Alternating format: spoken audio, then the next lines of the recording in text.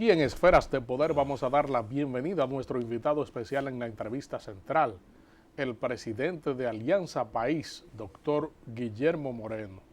Muchas gracias, doctor, por estar con nosotros aquí en Esferas de Poder. Bienvenido.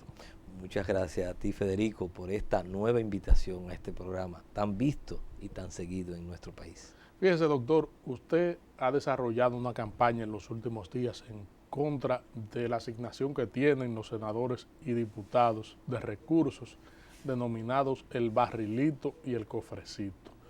Quisiéramos saber por qué hay que eliminar esos programas que tienen los legisladores. Bien, mira, aquí en esta publicación que hemos hecho, que se llama Presupuesto sin barrilito ni cofrecito, nosotros hemos consignado una comunicación que le dirigimos al presidente del Senado de la República y al presidente de la Cámara de Diputados. Y en esa comunicación le hacíamos una petición, y es que para el presupuesto del 2014 eliminaran un capítulo que ellos han llamado un fondo de asistencia social, que se le asigna a cada legislador, pero que la población, la ciudadanía, denomina barrilito y cofrecito. Y cuando la ciudadanía le dice así, lo que está diciendo es que eso es un botín que se han encontrado y que se han fabricado los legisladores. ¿En qué consiste? Vamos a hablar del caso del Senado, que es el más claro para que se entienda. Los senadores, además de su salario, además de los gastos de representación, además de sus viáticos, además de que tienen 2 oficinas, una en cada provincia y una en la sede central, con personal pago por el Estado. Además de todo eso, se han asignado un fondo especial que le corresponde a cada legislador, en el cual cada legislador se le entrega el mínimo, el 400,000 pesos, más un peso por cada elector de su provincia.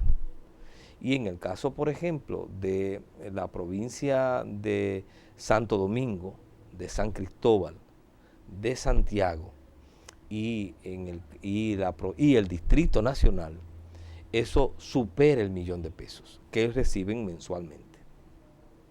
Para que nosotros tengamos una idea de qué se trata, resulta que si nosotros pusiéramos como media que cada legislador recibe 1,000,000 de pesos mensuales, estaríamos hablando de que todos los meses el Estado le entrega 32 millones de pesos a los senadores para que estos realicen esa promoción personal y ese activismo político. Si nosotros, para que todavía nos demos cuenta, sumamos que estos legisladores van a durar 6 años y multiplicamos que en 6 años hay 72 meses, cada uno de estos senadores va a recibir en promedio 72 millones de pesos.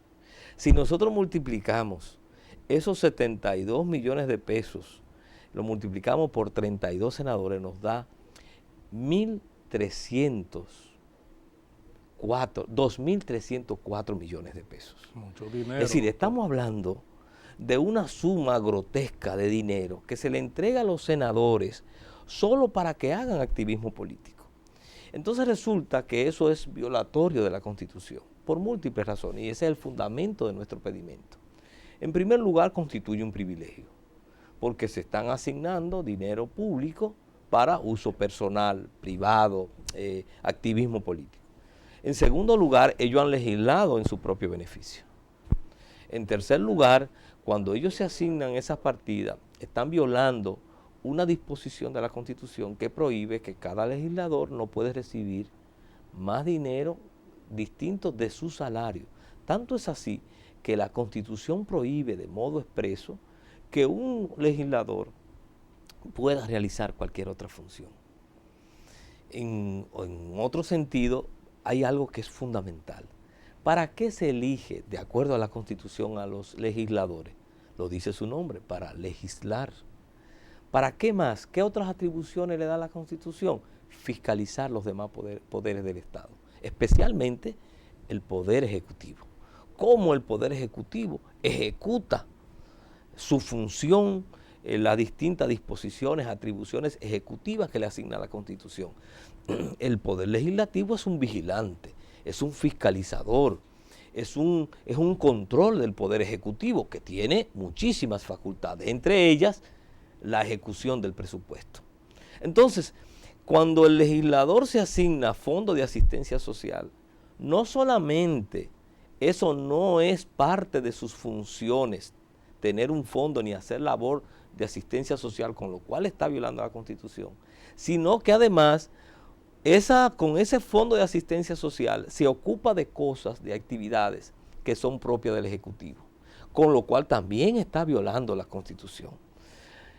Algunos legisladores dicen, pero es que nosotros tenemos una gran presión en los lugares donde trabajamos, de donde venimos, de las comunidades. Y nosotros decimos, claro, ustedes son los representantes del voto ciudadano, del voto popular. ¿Y cómo está diseñada la democracia? Para que ustedes se conviertan en voceros de esos ciudadanos y vayan y exijan en los distintos poderes públicos, como representantes, el respeto de sus derechos. Por ejemplo, en vez de un legislador a título personal estar haciendo labor de asistencialismo y de asistencia social a título personal con una ambulancia o con un salón de belleza para dar peinados gratis con la foto de él, lo que debe hacer el legislador es ir, cuando se está discutiendo el presupuesto nacional, él incluir dentro del presupuesto esa demanda de su comunidad. Si en su comunidad falta una carretera, la labor del legislador es convertirse en vocero de su comunidad y hacer que se incluya en las obras del presupuesto. Si falta una escuela, hacer lo mismo, de exigir que se incluya esa escuela. Y luego preocuparse de que efectivamente el Estado haga esa escuela o haga ese camino vecinal o haga ese dispensario médico o promueva la creación de empleo. Esas sí son labores del legislador y son entonces labores que debe hacerse y que se van a realizar por parte del Estado porque es dinero público. Porque en el fondo, ¿cuál es el problema? Que se está tomando dinero público para beneficio privado, particular del legislador. Un legislador puede muy bien de su herencia, de su dinero, de su fortuna, tomar para hacer labor de asistencia social. Lo que no puede es tomar dinero público y mucho menos consignarse en el presupuesto, porque están legalizando un acto de apropiación. Y se hacen entonces todos cómplices, porque están todos repartiéndose un botín. Es como si el presupuesto fuera un botín y cada uno entonces toma y yo permito que tú tomes una partida del botín a cambio de que tú me permitas que a mí me corresponda otra. Entonces, eso no puede seguir en la República Dominicana porque estamos debilitando en extremo las instituciones, porque las instituciones no están cumpliendo su función. Y cuando eso sucede, se debilita la democracia. Los estados se hacen fallidos, porque entonces se produce una ruptura entre ciudadanía e instituciones públicas. ¿Usted hizo su solicitud formal al Congreso? ¿Ha recibido alguna respuesta? Porque vi que varios legisladores rechazaron que se le elimine ese procedimiento a través de los cuales ellos entienden que dan respuesta a sus comunidades.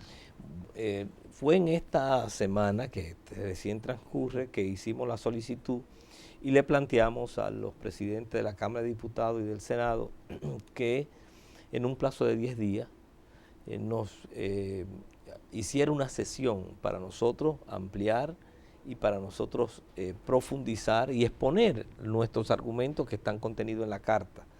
No hemos recibido respuesta. Ha habido reacciones encontradas, porque debemos señalar que si bien ha habido algunas voces que se han manifestado en contra de que se le quite ese privilegio, también hay voces dentro de la Cámara de Diputados, que es donde he visto sobre todo reacciones de que están de acuerdo con la eliminación del cofrecito. Uno de los argumentos que nosotros hemos insistido mucho es que es una competencia electoral desleal la existencia del barrilito y el cofrecito. Porque imaginémonos lo que significa que si uno de esos senadores o diputados se quiere reelegir en la función, cualquier senador de ellos, de los actuales que se vaya a reelegir, dispone de un fondo de 72 millones que lo va a utilizar para promover su reelección. Y eso entonces es una competencia desleal con cualquier otro candidato a senador dentro de su partido y con cualquier otro candidato de otro partido. Es más, no se puede en la República Dominicana aprobar el voto preferencial en esas condiciones. Porque en ese caso nosotros tenemos una manera concreta de cómo se va a canibalizar los partidos con el voto preferencial cuando parte de los competidores, en este caso a cargos congresionales, disponen de un fardo de dinero con el cual podrán cooptar muchos de sus electores y además de eso promover el clientelismo dentro de su partido y fuera de su partido, al margen de sus méritos y de el liderazgo que tengan. Es decir, que el sistema de votación debe mantenerse como está cerrado y no lo que quiero decir es que la existencia del barrilito y del cofrecito es un argumento adicional, es que hace imposible y le quita cualquier posibilidad de equidad a la existencia del el voto preferencial, porque ya de por sí vamos a tener 32 candidatos a reelegirse como senador que dispone cada uno de 72 millones de pesos en estos 6 años, que lo ha utilizado para lo que ellos llaman obras de asistencia social. Entonces ya eso crea una distorsión que no es equitativa en la competencia electoral. Entonces, digo, la existencia del barrilito y cofrecito es también incompatible con la existencia del voto preferencial. Entonces, a propósito de discusión del voto preferencial, doctor, hay posiciones encontradas en cuanto a admitirlo o no, precisamente por la situación que usted plantea.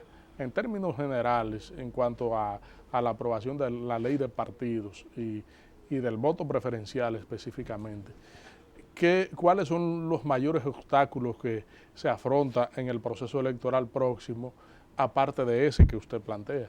Bueno, nosotros somos partidarios de una reforma a la ley de partidos sustantiva, que se cree una ley de partidos que efectivamente garantice, en primer lugar, que haya transparencia en el origen de los fondos que se utilizan. Transparencia implica que haya mecanismos reales y haya la autoridad suficiente para verificar los recursos que están utilizando cada candidato en la promoción de sus candidaturas. Y evidentemente, de detectarse que hay la utilización de recursos de origen no lícito o por medios no lícitos, entonces tiene que procederse. En segundo lugar, la ley de partidos debe garantizar la equidad. Porque ¿qué debe ser una competencia electoral? Una competencia de programas, de ideas, de propuestas, de compromiso. Eso debe ser una competencia electoral para que el elector, frente a un arco iris de propuestas, frente a un tema, digamos, el tema de la delincuencia, el tema de la energía eléctrica, el tema de la educación o de la salud o de la seguridad social, frente a todos esos temas, el elector tenga distintas propuestas y pueda elegir. Por tanto, una condición es que haya equidad. La ley de partidos debe garantizar la equidad. debe garantizar igualdad de medios de participación, ya sea en los medios de comunicación, que haya cuotas garantizadas y que no haya lo que pasa actualmente, que cualquier candidato se agencia unos millones sin ninguna transparencia y puede aplastar a sus competidores dentro de su partido y a los competidores fuera de su partido. Entonces la ley tiene que garantizar equidad. Y en tercer lugar, la ley tiene que garantizar la democratización de los partidos. Y eso implica entonces que los partidos tienen que tener unos mínimos de funcionamiento democrático, en la cual se celebren asambleas libres, soberanas, para la toma de decisión, y que haya árbitros creíbles, confiables, en lo que son las tomas de decisión de los soberanos, de los electores dentro de cada partido. Esas tres cuestiones tiene que garantizarlo la ley de partido: transparencia, equidad y democracia.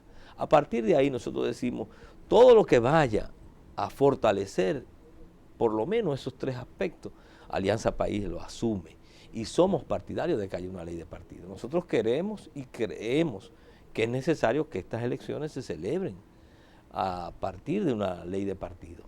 Y los partidos tradicionales del país normalmente se oponen a que se apruebe una ley de partido, porque en alguna forma podrían constituir límites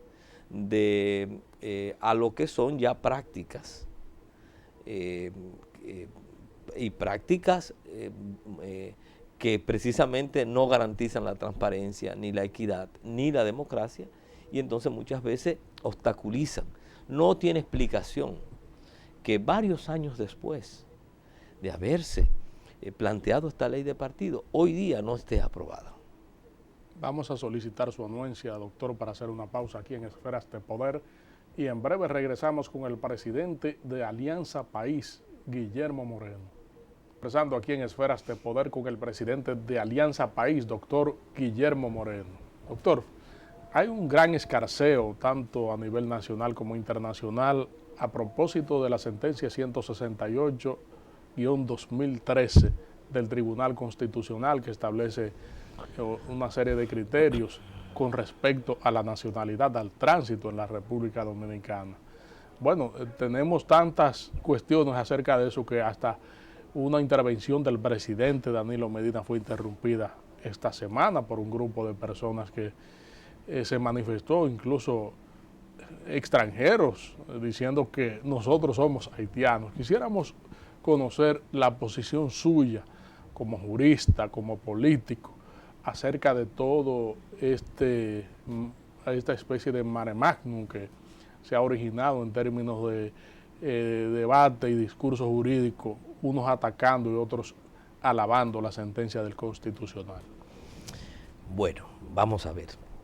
En la República Dominicana tenemos un problema muy serio, que es el problema de una migración ilegal sin control. Ese es el problema serio que hoy tenemos en la República Dominicana. Y esa migración ilegal sin control es el fruto, en primer lugar, de que las autoridades no han tenido, las dominicanas en este caso, no han tenido la fortaleza, la resiedumbre de aplicar la ley y controlar la frontera. Y ahí entonces tenemos una frontera excesivamente porosa y objeto de contrabando, no solamente de mano de obra, de migración ilegal, sino también de drogas, de armas, de trata de personas, de cualquier cosa. Y eso se da por unas autoridades que son cómplices de parte dominicana y de parte haitiana, que hay decenas de denuncias de todo la corrupción que se da a lo largo de la frontera. Y lo fácil, y hasta las tarifas que tienen. A cualquier persona pasar la frontera, por ejemplo, cuesta, el mínimo es 500 pesos. Y trasladarlo de un punto de la frontera a aquí, le cuesta, eso viene normalmente en paquete, 5,000 pesos. Entonces, cuando ellos trasladan 100 personas, ¿de cuánto estamos hablando? A 5.000 pesos, de $500,000. Es decir, trasladar 100 haitianos ilegales de la frontera a una de las ciudades le puede representar para esa mafia $500,000. Ese es un problema. Y el otro problema es que no hay tampoco control de esa mano de obra que todos sabemos que trabaja en condiciones violatorias de la ley, que establece unos porcentajes de cuánto puede ser un 20% de mano de obra extranjera versus un 80% de mano de obra dominicana. El día que aquí las autoridades apliquen esa ley y establezcan, cada vez que un empresario viola la ley, y entonces le aplique la ley, entonces las cosas comenzarán a resolverse. Lo mismo el problema de la frontera. El día que haya entonces un gobierno que imponga el orden en la frontera y que no le tiemble el pulso para cada vez que detecte un policía o un gobernador o una autoridad dominicana cómplice con el tráfico de mano de obra, en este caso haitiana, pero también por ahí entran chinos, cubanos y de cualquier nacionalidad, el día que le apliquen con fortaleza la ley y como debe ser, entonces comenzará a cambiar el panorama de la migración haitiana y de la migración ilegal en el país. Ese es el problema central que tenemos los dominicanos ahora. Para que nos demos cuenta de lo que eso significa, quiero señalar lo siguiente. Mire, nosotros se habla de 1 millón de ilegales haitianos en la República Dominicana. 1 millón es, si somos 10 millones de habitantes, es el 10%, ¿verdad?, de la totalidad de los habitantes. En Estados Unidos se habla de que tiene 350 millones de habitantes. En Estados Unidos se habla de 11, 12 millones de ilegales. Digamos que son 10 millones de ilegales. Con 350 millones de habitantes, eso se representa el 0.20 de la población norteamericana. Es decir, que cuando se hablan de 10 millones de ilegales en Estados Unidos, en relación a la población de 350 millones de personas que hay en ese país, un poco más, eso representa el 0.20. En la República Dominicana, cuando se habla de 1 millón de haitianos o de chinos o de otras nacionalidades, cuando se habla de 1 millón, en relación a los 10 millones, estamos hablando del 10% de la población. Entonces eso nos da una idea de la gravedad del problema de la migración y la falta de control. Y eso se da por autoridades cómplices. Este gobierno es cómplice y lo fue el gobierno anterior, que no ha puesto reglas, no ha hecho cumplir la ley. Ese es un problema. Otra cosa es el tema de la nacionalidad. Entonces nosotros no podemos estar queriendo cubrir con una sombrilla algo que no puede ser cubierto con una sombrilla. El tema de la nacionalidad es otra cosa. Aquí se trata de un asunto en el cual existía una constitución que fue modificada en el año 2010 y esa constitución establecía un régimen de la nacionalidad. Ese régimen de la nacionalidad se mantuvo en la República Dominicana, para que los dominicanos sepamos, del año 1844 al 1865 rigió el jus sanguinis. De 1865 al 1929, a febrero del 29, rigió el jus soli. Del febrero del 29 a diciembre del 29 de 1900 rigió el jus sanguinis, y del 1829 hasta la Constitución actual rige el jus soli. Pero ¿qué resulta? Dentro de ese régimen se estableció que los que nacían en la República Dominicana adquirían la nacionalidad dominicana. En la Constitución del 10, es decir, del 2010, se estableció que los hijos los que nacían en la República Dominicana de padres en condición de ilegalidad no adquieren la nacionalidad. Y a partir de ahí, la ley es muy clara. 2 personas extranjeras vienen a la República Dominicana y resulta que están en condición de ilegal, tienen un hijo en la República Dominicana, no adquieren la nacionalidad dominicana. Ellos se le anotará en el libro donde se asiente que tienen la nacionalidad de sus padres. Esa es la ley a partir del 26 de enero del 2010. Eso es lo que dice la Constitución. Ahora, anterior a la Constitución del 2010, no decía eso la Constitución. Precisamente para subsanar esa situación que se venía acumulando en la República Dominicana, donde ingresaban muchos ilegales y tenían sus hijos aquí, es que se incluye en la Constitución del 2010. Esa es la mejor muestra de que es a partir del 26 de enero del 2010 que comienza a operar esa disposición. Entonces, ¿qué ha hecho el Tribunal Constitucional? Que esa disposición que comenzó a regir a partir del 26 de enero del 2010 la ha aplicado retroactivamente. Y entonces nosotros hemos dicho, ha producido, por absurdo que parezca, ha producido el Tribunal Constitucional una sentencia inconstitucional. Y nosotros decimos, esa sentencia del Tribunal Constitucional es inconstitucional, porque es en violación a un principio cardinal del ordenamiento jurídico dominicano y universal. En todas las legislaciones del mundo está consagrado el carácter irretroactivo de la ley. ¿Por qué es que la irretroactividad de la ley es un principio tan importante? Porque es la principal fuente de seguridad jurídica. Cuando existe una ley, las personas organizamos nuestra vida en función de esa ley. Adquirimos bien en función de esa ley. Hacemos actos del Estado civil en función de esa ley.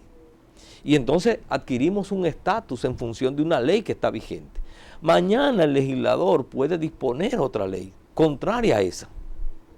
Pero como yo no puedo organizar mi vida en función de una posibilidad futura no existente, se crearía la mayor inseguridad si cuando mañana el legislador cambia la ley, entonces yo pierdo los derechos que yo había adquirido en virtud de la ley anterior. Por eso es que es tan grave la decisión del Tribunal Constitucional. Y los primeros que saben que esa decisión es inconstitucional y los primeros que saben que han aplicado un criterio y le han dado un carácter retroactivo a la ley son los propios jueces, porque todos son juristas muy destacados de la República Dominicana y muy conocedores en su mayoría del texto constitucional y del derecho constitucional. Por tanto, al hacer esto, no solamente han aplicado de manera retroactiva la ley, sino que además han creado un estado de inseguridad jurídica respecto de dominicanos que habían adquirido su nacionalidad conforme la legislación anterior. Y por eso entonces yo digo, cuando uno dice esto, y en eso conecto con la parte primera de la pregunta, por eso es incorrecto lo que hicieron esas personas que se levantaron en esa conferencia. Porque el reclamo no es verdad que aquí somos todos haitianos. Haití es un país, es un estado, es una nación diferente a la nación, al país llamado República Dominicana. Nosotros somos dominicanos, ellos son haitianos. El reclamo, cuando se ha hablado del reclamo de la nacionalidad respecto de esas personas que han nacido en nuestro territorio y se han desarrollado en nuestro territorio conforme a la ley, no es reclamándole su nacionalidad haitiana, es reclamando la nacionalidad dominicana. Lo que debió levantar ellos es: todos somos dominicanos o somos dominicanos. Es decir, es el reclamo que se levanta respecto de todos esos jóvenes, esa misma persona, esa misma dominicana que apoderó el Tribunal Constitucional, Juliana. Sí, Juliana, la señora Juliana Deguis. Sí. Esa señora es dominicana.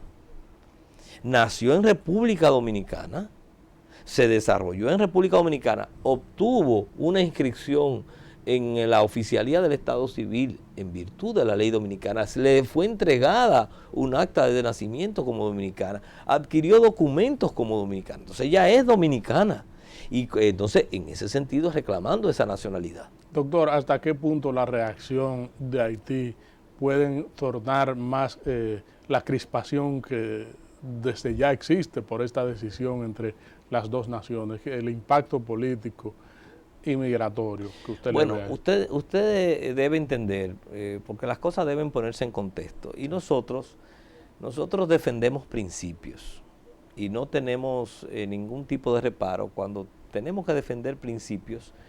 No acomodamos los principios a coyunturalismo. Cuando nosotros estamos defendiendo un tema de derechos adquiridos y creo que y eso fortalece nuestra institucionalidad. Hay que entender entonces en contexto que normalmente los estados en alguna forma se preocupan y le dan seguimiento a la suerte de los descendientes de sus nacionales. Por ejemplo, eso hacemos los dominicanos con el Estado Dominicano hace eso respecto de los descendientes de dominicanos en Estados Unidos. Si por ejemplo nosotros hemos visto muchísimas veces que el Estado Dominicano apoya los derechos de los dominicanos cuando estos son atropellados en Estados Unidos, específicamente en Nueva York. Yo recuerdo que hace unos 2 años estaba en unas actividades políticas en Nueva York y precisamente había un gran reclamo de los dominicanos porque en una determinada zona de Manhattan habían dispuesto un aumento exorbitante de los alquileres de las casas, de las viviendas. Se decía que con el propósito precisamente de desalojar la comunidad dominicana, pretendiendo violar unos derechos adquiridos que ellos tenían. La comunidad se manifestó, el consulado dominicano le dio su apoyo y hubo muchas manifestaciones de parte de los dominicanos en función de esos derechos que tenían los dominicanos. Entonces, las cosas hay que ponerle en contexto y en ese sentido, pero sí es conveniente decir en el marco del respeto de la soberanía de cada estado. Es decir, Haití puede tener su criterio, pero la República no puede, bajo ninguna circunstancia, hacer actos de intervención ni hacer actos de inmiscuirse en los asuntos internos de la República Dominicana. Doctor, le agradecemos su comparecencia aquí en Esferas de Poder. Lamentamos que otros temas que teníamos pendiente tocar con usted no contemos con el tiempo para hacerlo. Esferas de Poder se siente complacida y esperamos pues que en otra intervención suya, en otra comparecencia, ampliemos sobre estos temas que usted también maneja y expone frente a la ciudadanía con un criterio muy argumentativo. Muchas gracias, muchas gracias. Siempre estoy a disposición tuya y de este programa y de todos los televidentes. Amigos televidentes, hemos contado con la comparecencia del presidente de Alianza País, doctor Guillermo Moreno. En breve, el análisis con Nelson Rodríguez aquí en Esferas de Poder.